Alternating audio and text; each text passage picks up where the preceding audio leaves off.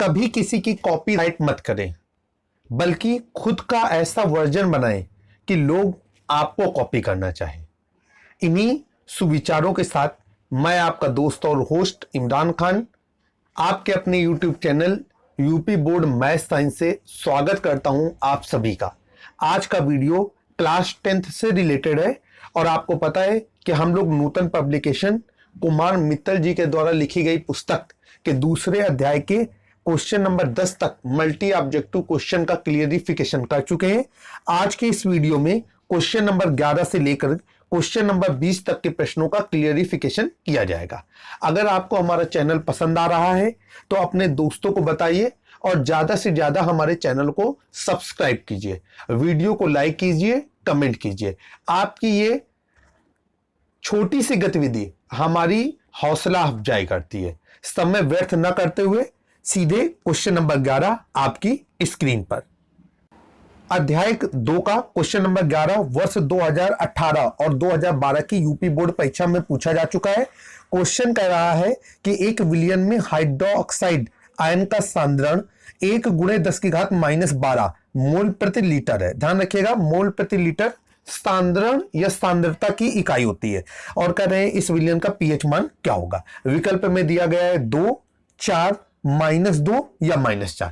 तो अब आप देख रहे हैं कि आपकी स्क्रीन पर हमने सॉल्यूशन अवेलेबल कराया है, वहां से हम इसका क्लियरिफिकेशन करने की कोशिश करेंगे।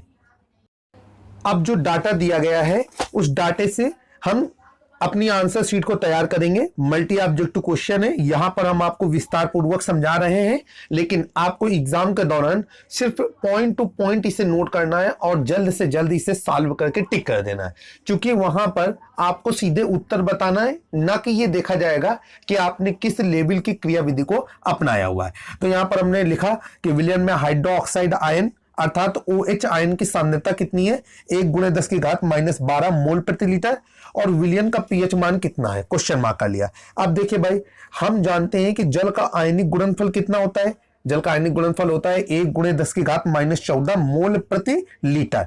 और जल का आयनिक गुणनफल क्या कहलाता है, हाइड्रोजन आयन की सांद्रता गुणे हाइड्रोक्साइड आयन की सांद्रता बराबर 1 × 10⁻14। यहां पर हमने हाइड्रोक्साइड आयन की सांद्रता जो कि प्रश्न में दी गई है 1 × 10⁻12 उसको नोट डाउन कर लिया। और आप देख रहे हैं स्क्रीन में कि हल करने के बाद हमें हाइड्रोजन आयन की सांद्रता मिली है 10⁻2 मोल प्रति लीटर।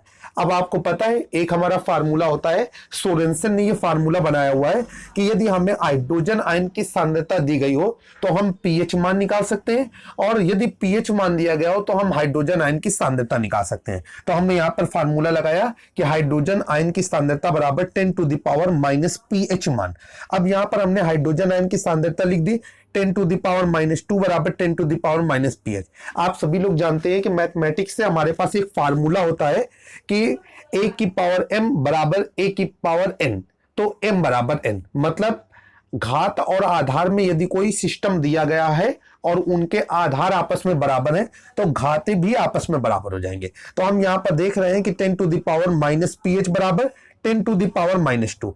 दोनों जगह आधार बराबर है तो पीएच का मान कितना आएगा, 2। इस तरीके से क्वेश्चन नंबर 11 का विकल्प ए पूरी तरीके से सही है।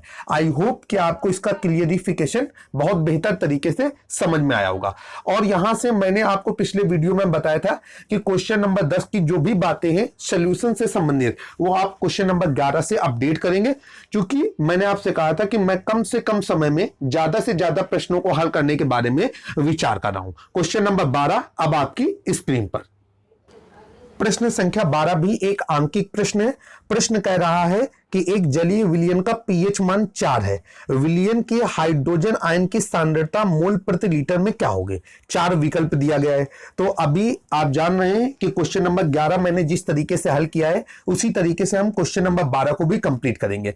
इस प्रश्न का सोल्यूशन आपकी स्क्रीन पर अवेलेबल है। हमने नोट किया है कि जल में या जलीय विलयन में पीएच मान कितना है, ये हो गया आपका 4, और विलयन में हाइड्रोजन आयन की सांद्रता बराबर क्वेश्चन मार्क। अब हम लोग जानते हैं कि पीएच मान और हाइड्रोजन आयन की सांद्रता के बीच में जो संबंध होता है वो सोरेनसन नामक वैज्ञानिक ने डेवलप किया था, ठीक है। और ये होता है कि पीएच बराबर -log H आयन। ठीक है, उसी से हमारा ये फार्मूला बना है कि हाइड्रोजन आयन की सांद्रता बराबर 10 to the power minus pH. अब यहां पर हमने पीएच की वैल्यू पुटअप कर दी, तो हाइड्रोजन आयन की सांद्रता कितनी आ गई, 10 टू द पावर माइनस 4, जिसको बोलेंगे 10 की घात माइनस 4, और सांद्रता की इकाई लगा देंगे मोल प्रति लीटर। एक नंबर का इंपॉर्टेंट क्वेश्चन यहां से और भी अपडेट करेंगे कि सांद्रता या सांद्रण की इकाई होती है मोल प्रति लीटर। इस तरीके से क्वेश्चन नंबर 12 का विकल्प नंबर बी पूरी तरीके से सही है। और ध्यान रखिएगा, विकल्प की वजह से मुझे 1 गुणे 10 की घात माइनस 4 लेना पड़ा, अदरवाइज हम सीधे कह सकते हैं कि यहां पर जो हाइड्रोजन आयन की सांद्रता है वो 10 की घात माइनस 4 मोल प्रति लीटर होगी। क्वेश्चन नंबर 13 तो बेहद महत्वपूर्ण प्रश्न समझ में आ रहा है, और ये यूपी बोर्ड परीक्षा 2019, 2018, 2017, 2014 और 2011 पे आया हुआ है। क्वेश्चन कर रहा है कि शुद्ध जल का पीएच मान कितना होगा। तो सबसे पहले तो इस प्रश्न में कुछ ज्यादा सोचना विचारना नहीं है। आपको पता है कि शुद्ध जल उदासीन होता है, और उदासीन विलयन का पीएच मान कितना होता है, 7। तो आपका विकल्प सही है कि यहां पर जो शुद्ध जल है उसका पीएच मान होगा 7। और हम आपको थोड़ा सा और भी बताना चाहते हैं कि जो अम्लीय विलयन होता है उसका पीएच मान 7 से कम होता है, और जो क्षारीय विलयन होता है उसका पीएच मान 7 से ज्यादा होता है, और उदासीन विलयन का पीएच मान 7 होता है। यही कारण है कि जो शुद्ध जल होता है वो उदासीन होता है और इसका पीएच मान 7 रहता है। क्वेश्चन नंबर 14 कह रहा है कि शून्य पीएच वाला विलयन कैसा होता है। सबसे पहले यहां पर एक चीज आपको बताना चाहते हैं कि पीएच का मान हम कुछ इस तरीके से रिप्रेजेंट कर सकते हैं कि पावर ऑफ हाइड्रोजन, या इसी को कह सकते हैं कि पोटेंशियल ऑफ हाइड्रोजन आयन। ठीक है, हाइड्रोजन आयन की क्षमता। यहां पर प्रश्न कर रहा है कि शून्य पीएच वाला जो विलयन होगा वो कैसा होगा, अम्लीय होगा, क्षारीय होगा, उदासीन होगा, या फिर इनमें से कोई नहीं। तो अभी अभी आपको क्वेश्चन नंबर 13 से ही पता चला था कि शुद्ध जल का पीएच मान कितना होता है, 7। ठीक है, तो आपको पता है कि शून्य पीएच वाला विलयन कैसा होगा। आपको क्या लगता है, आपको हमने अभी बताया था कि यदि किसी विलयन का पीएच मान कितना है, 7, तो वो विलयन कैसा है, उदासीन। यदि किसी विलयन का पीएच मान 7 से कम है तो वो विलयन कैसा है, अम्लीय। और यदि किसी विलयन का पीएच मान 7 से ज्यादा है तो वो कैसा है, क्षारीय। तो हम यहां पर देख रहे हैं कि जो शून्य है वो 7 से कम होता है। इसका मतलब ये है कि यदि किसी विलयन का पीएच मान 0 है तो वो विलयन अम्लीय कहलाएगा। आई होप कि सवाल का जवाब आपको समझ में आया होगा। मैं आपका दोस्त और होस्ट इमरान खान इस समय आपको क्लास 10th विज्ञान विषय के मल्टी ऑब्जेक्टिव क्वेश्चन का क्लियरिफिकेशन करा रहा हूं। क्वेश्चन नंबर 15 आपकी स्क्रीन पे है। सारे प्रश्न लगभग एक ही तरह के यहां पर लगातार आ रहे हैं। क्वेश्चन आपसे कह रहा है कि अम्लीय विलयन का पीएच मान क्या होगा, 7 से कम होगा, 7 होगा, 7 से ज्यादा होगा, या फिर 0 होगा। ये क्वेश्चन वर्ष 2019 और 2016 में यूपी बोर्ड एग्जामिनेशन में पूछा जा चुका है। ध्यान रखिएगा, आप यहां पर नूतन पब्लिकेशन कुमार मित्तल द्वारा ली गई गणित विज्ञान विषय का अध्ययन कर रहे हैं। ठीक है, और कभी कभी ऐसा होता है कि जबान फिसल जाती है तो किसी वर्डिंग में ऊपर नीचे हो जाता है। आई होप कि आप इसे इग्नोर करेंगे और मेन मुद्दे की बात को समझेंगे। तो यहां पर अम्लीय विलयन का पीएच मान क्या होता है, अभी अभी आपको बताया था कि अम्लीय विलयन का जो पीएच मान होता है वो 7 से कम होता है। इसका मतलब यह है कि क्वेश्चन नंबर 15 का विकल्प बी पूरी तरीके से सही है। अन्य विकल्पों पर अगर चर्चा करेंगे, अगर 7 है विलयन का पीएच मान तो वो विलयन उदासीन होगा, 7 से ज्यादा है तो वो विलयन क्षारीय होगा, 7 से कम है तो वो अम्लीय होगा, और 0 है तो भी वो अम्लीय हो गए, क्योंकि जो 0 है वो 7 से कम की कैटेगरी में माना जाता है। क्वेश्चन नंबर 16 आपकी स्क्रीन पर अवेलेबल है। वर्ष 2018 यूपी बोर्ड एग्जामिनेशन में पूछा जा चुका है। क्वेश्चन कर रहा है कि एक हाइड्रोक्लोरिक अम्ल की शक्ति 10 टू द पावर -2 N है, इस विलयन का पीएच मान क्या होगा। 1 होगा, 2 होगा, 3 होगा या 0 होगा? देखिए भाई, ये प्रश्न मैं बिल्कुल भी आपको बताने वाला नहीं हूं, बस केवल आपको एक हिंट दूंगा कि जो हाइड्रोक्लोरिक अम्ल की शक्ति है वो उसमें उपस्थित हाइड्रोजन आयन की सांद्रता को प्रदर्शित कर रही है। दैट मीन्स कि यहां से हमें एक छोटा सा ऑप्शन मिल रहा है कि हाइड्रोजन आयन की सांद्रता बराबर 10⁻⁻²। और आपको पता है कि एक फार्मूला होता है कि हाइड्रोजन आयन की सांद्रता बराबर 10⁻⁻pH। और यहां से जब हम इनको आपस में कंपेयरिंग करेंगे तो आपको पता है कि pH की वैल्यू कितनी आने वाली है, 2। इस तरीके से क्वेश्चन नंबर 16 का विकल्प बी पूरी तरीके से सही है। ये एक आंकिक प्रश्न है और आप भी बीच बीच में प्रश्नों को हल करते रहिए ताकि आपका कॉन्फिडेंस लेवल मजबूत रहे। एक बेहतरीन प्रश्न फिर आपके सामने आया है। ये वर्ष 2018, 2014 और 2011 में पूछा गया है। यहां पर कहा जा रहा है कि H2S हाइड्रोजन सल्फाइड विलयन का पीएच मान क्या होगा? 0 होगा, 7 होगा, 7 से कम होगा या 7 से ज्यादा होगा? तो देखिए, सबसे पहले तो मैं आपको ये बताना चाहता हूं कि जो हाइड्रोजन सल्फाइड विलयन है, जब हम इसको आयनीकरण करेंगे तो आयनीकरण करने पर हमें हाइड्रोजन आयन और सल्फाइड आयन मिलेगा। तो हाइड्रोजन आयन किसमें उपस्थित होते हैं? हाइड्रोजन आयन, आपको पता है कि हाइड्रोजन आयन से पीएच मान हम कैलकुलेट कर सकते हैं, ठीक है? कोरिलेशन होता है सोरेनसन के अनुसार।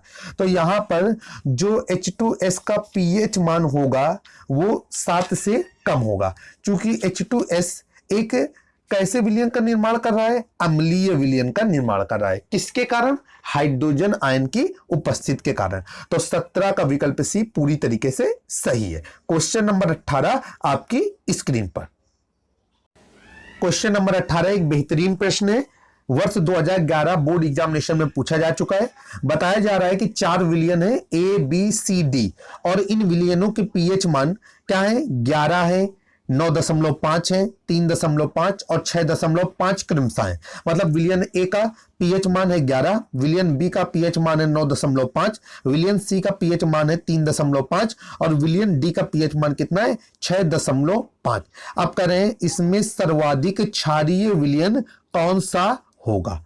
ठीक है, आपको पता है कि आप कैसे निकाल सकते हैं कि सर्वाधिक क्षारीय विलयन कौन सा होगा? देखिए, सबसे पहले हम इन चारों विलयनों ए बी सी डी को हाइड्रोजन आयन की सांद्रता के घटते हुए क्रम में व्यवस्थित कर लेंगे। तो देखिए भाई, सबसे ज्यादा हाइड्रोजन आयन की सांद्रता किसकी है? ये है विलयन ए की, क्योंकि उसका पीएच मान सबसे ज्यादा है। फिर इसके बाद हाइड्रोजन आयन की सांद्रता किसकी है?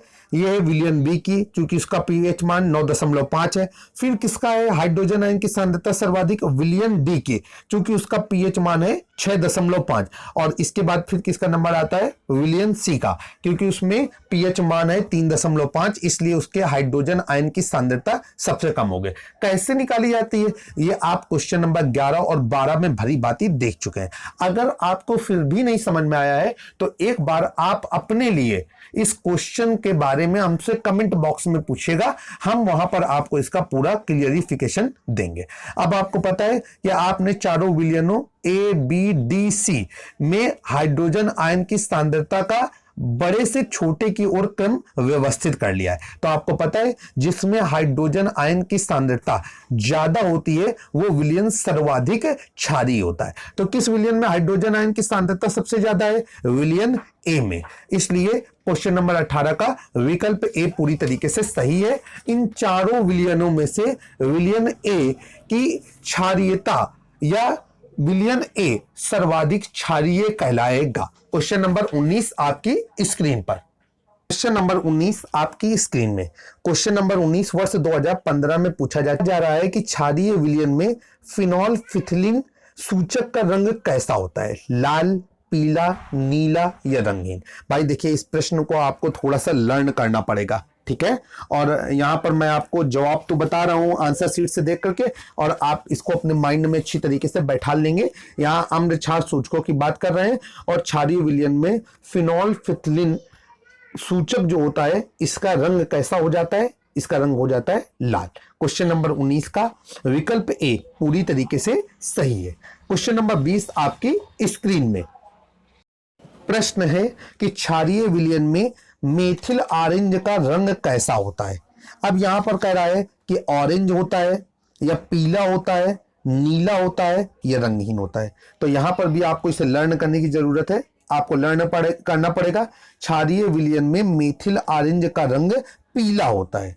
इस तरीके से क्वेश्चन नंबर 1 से लेकर के इस तरीके से क्वेश्चन नंबर 11 से लेकर के क्वेश्चन नंबर 20 तक का क्लियरिफिकेशन हमने आपको अवेलेबल कराया है। आई होप कि आपको ये पसंद आया होगा।